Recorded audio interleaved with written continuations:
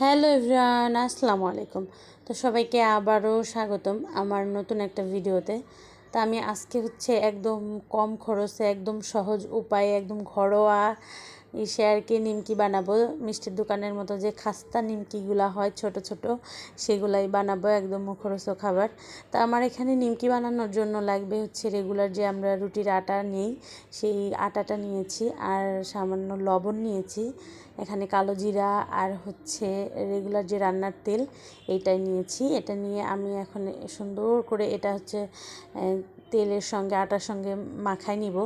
তারপরে আস্তে আস্তে পানি দিব আর এটা মিশাতে থাকবো, এরকম করে একটা ডো বানাই নিব।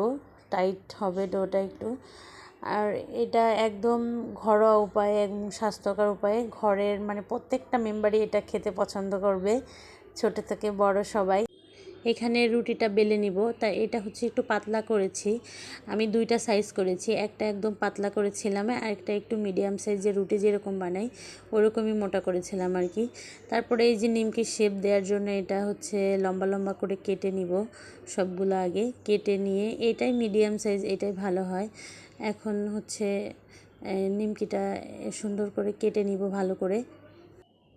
তারপর যে নিমকির শেপটা দিব একদম চার কোনা করে। মাশাআল্লাহ, এই শেপটা দিলে বেশি ভালো হয় দেখতে, একদম দোকানের মতোই লাগে। তো এটা কালো জিরাটা আমি একটু বেশি দিই, আমার কালো জিরাটার স্মেলটা একটু ভালো লাগে, আপনারা কম বেশি করে দিতে পারেন। তা এই যে এখন আমি আরও রুটি বানাই নিব, একবারে সবগুলো রেডি করে তারপরে ভাজতে যাব। তো এখানে দেখতেছি তেল গরম হয়েছে নাকি, যে রান্নার যে রেগুলার যে তেল, ওই তেলটা দিয়েই ভাজবো। এই নিমকিটা বানিয়ে আমরা এক সপ্তাহ পর্যন্ত রেখে দিতে পারি, একটা এয়ার টাইট বক্সে আটকায় রেখে দিলে, একবার একটু বেশি করে বানিয়ে আমরা এক সপ্তাহ খেতে পারবো এটা। তো এটা চায়ের সাথে খেতে অনেক মজা লাগে।